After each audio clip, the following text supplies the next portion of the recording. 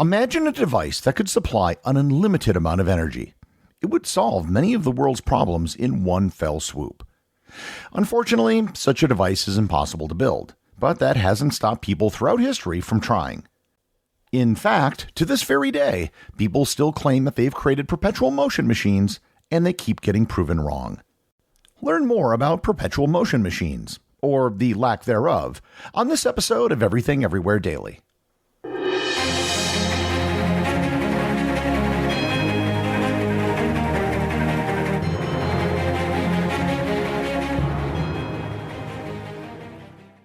For over 100 years, dinosaurs have captured the imagination of kids and adults. In the Wild West of America, paleontologists fought over dinosaur discoveries in the Bone Wars. In Victorian times, authors wrote stories about dinosaurs on Venus, Mars, and in lost worlds. Today, a new dinosaur is discovered almost every week. We cover every one of them on our show, I Know Dino. Listen wherever you get your podcasts and at iknowdino.com. iknowdino.com.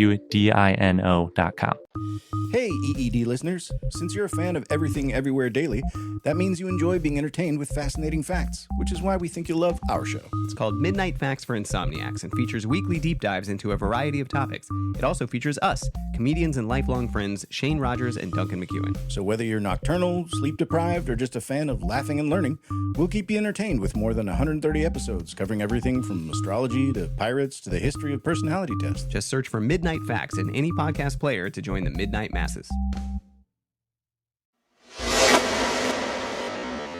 The idea of a perpetual motion machine is a tempting one, and if you know just enough physics to be dangerous, it's easy to think that such a device might be possible.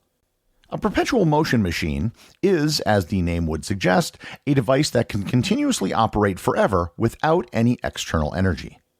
As we'll see in a bit, such a device is physically impossible, but for almost 1,000 years, people have been trying, usually creating similar devices over and over. The first known attempt at a perpetual motion device dates back to the 12th century in India. The Indian mathematician Bhaskara II created a device that became known as the Bhaskara wheel. The Bhaskara wheel consists of a series of containers or compartments arranged in a circular fashion around a central axis. Each compartment is filled with a weighted ball or a liquid, and the weight of the balls or liquid is carefully balanced to produce a continuous rotation of the wheel. The best way I can describe it would be to imagine that you had a bicycle wheel with heavy weights around the spokes. As the wheel turns, the weights near the center of the wheel would fall down the spoke to the edge, providing momentum to move the wheel. As the wheel turned, weights on the spoke near the edge would fall back towards the center due to gravity. In the theory of perpetual motion, the falling, moving weights would be able to make the wheel turn indefinitely. One weight falls to provide momentum, which allows another weight to get into position. This design could also be done with water or other substances. I've done episodes in the past on a variety of inventions. In almost every case, I can point to some very early, crudely designed version of the invention, and then a series of improvements made over time which developed into the invention that we know today. However, in the case of perpetual motion machines, it seems that most people who've claimed to have created such machines have really just reinvented the Bhaskara wheel in a literal or modified form. And these are generally called overbalanced wheels. Bhaskara might have been the first, but he certainly wasn't the last. A similar device was designed by the 13th century French architect Villard de Honnecourt, but he never built it. Leonardo da Vinci made drawings of a similar device. In Leonardo's drawings, instead of straight spokes, there were curved spokes that looked like the lines of a nautilus shell. A ball bearing would then roll down each curved ramp from the axis to the edge, just like with the weights on a Bhaskara wheel. There's no indication that Leonardo ever actually built such a device. In the 17th century, there were a host of attempts at making perpetual motion machines. In 1607, the Dutch inventor Cornelius Drebbel, who you might remember from my episode on the submarine, created a device that was a clock that never needed winding. He demonstrated the device at the court of King James I of England, who was amazed at what he created. It was cleverly designed, but it wasn't a perpetual motion machine. It ran on atmospheric pressure changes. In 1618, the English physician Robert Flood created something called the closed-cycle water mill. This machine was water which fell over a water wheel. The turning water wheel then powered an Archimedes screw which brought water up to a higher level to then fall over the water wheel again.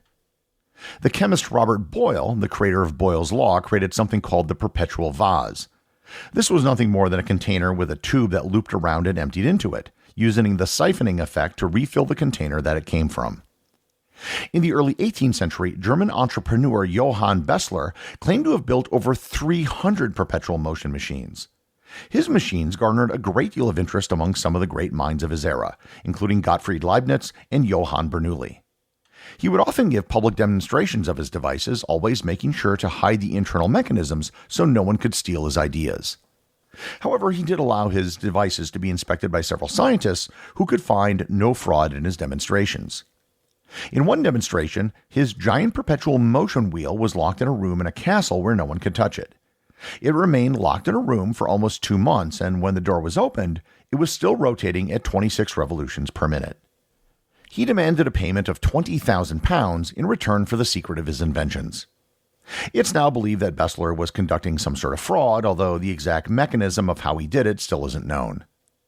In the 19th century, there was a greater understanding that perpetual motion machines were impossible and that they violated the laws of physics.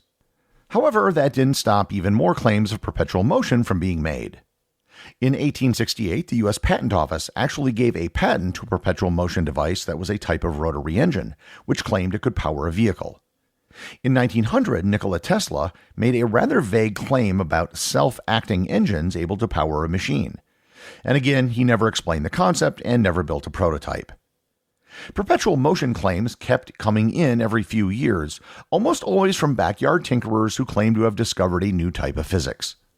In 1977, the U.S. Patent Office issued patent number 4,215,330, titled Permanent Magnetic Propulsion System.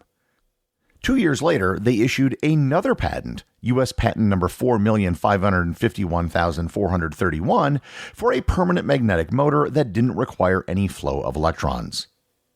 Eventually, the U.S. Patent Office issued a decree that they no longer would grant patents on perpetual motion machines unless a working model of the device could be provided.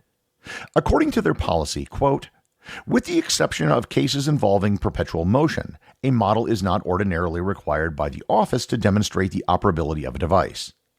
If operability of a device is questioned, the applicant must establish it to the satisfaction of the examiner, but he or she may choose his or her own way of doing so. End quote. Despite centuries of failed attempts at creating perpetual motion machines, people are still making claims of having created them today. They almost always come from people who haven't formally studied science, and then claim that there's some sort of conspiracy to hide the truth that they have discovered. So, why exactly are perpetual motion machines impossible? It has to do with the laws of thermodynamics. The first law of thermodynamics is known as the law of conservation of energy. Energy cannot be created or destroyed. It can only be transferred from one type to another.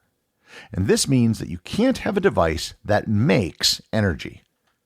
Many of the devices which appear to actually exhibit perpetual motion are really getting energy from some outside source. For example, at the University of Otago in New Zealand is a device known as the Beverly clock. It's been running since 1864, and it's never been wound.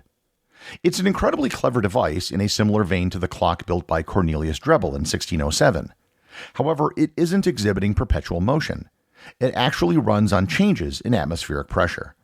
There have been several times over the last 160 years when it stopped running during periods when atmospheric pressure was stable. The second law of thermodynamics is the reason why devices like unbalanced wheels or the closed-cycle water mill can't work. Entropy. Let's suppose you have an unbalanced wheel or some other device that you think will keep on turning forever. There are going to be losses somewhere in the system. In the case of an unbalanced wheel, as it turns, it's going to encounter some air resistance. It might be small, but it will exist. And likewise, there will be friction on the axle of the wheel as it rotates. That friction will create a minor amount of heat, which, according to the first law of thermodynamics, is just being converted from the mechanical energy of the turning wheel. It's entirely possible to make such a device more efficient. You could place it inside of a vacuum chamber to remove air resistance. You could create magnetic bearings to reduce the friction of the axle, and you could make all the other moving parts out of some low-friction material like Teflon. All of these changes could indeed make a very efficient wheel, and it's possible that such a wheel could turn for an incredibly long period of time. Ultimately, however, the piper of entropy has to be paid. You cannot create a perfect vacuum, so there will always be minor amounts of air resistance. And you can reduce friction, but you can't eliminate it completely. These laws of physics are why no perpetual motion device has ever and will never work. They are either straight up fraudulent in that there's some sort of external source of power, thereby putting energy into the system, or they will eventually stop due to entropy in the form of resistance or friction. Despite the fact that this is one of the most cut and dried laws of nature that there probably always will be people who claim to have created perpetual motion machines. So, if you ever hear claims from someone who says that they've built a device that will solve the world's energy problems, just remember that you can't get around the laws of thermodynamics. The executive producer of Everything Everywhere Daily is Charles Daniel. The associate producers are Thor, Thomsen, and Peter Bennett. I just want to thank everyone, including the show's producers, who support the show over on Patreon. If you'd like to support the show, just head over to patreon.com, which is currently the only place where you can get show merchandise. Also, if you want to talk to other listeners about the show, head over to our Facebook group or Discord server, both of which have links in the show notes.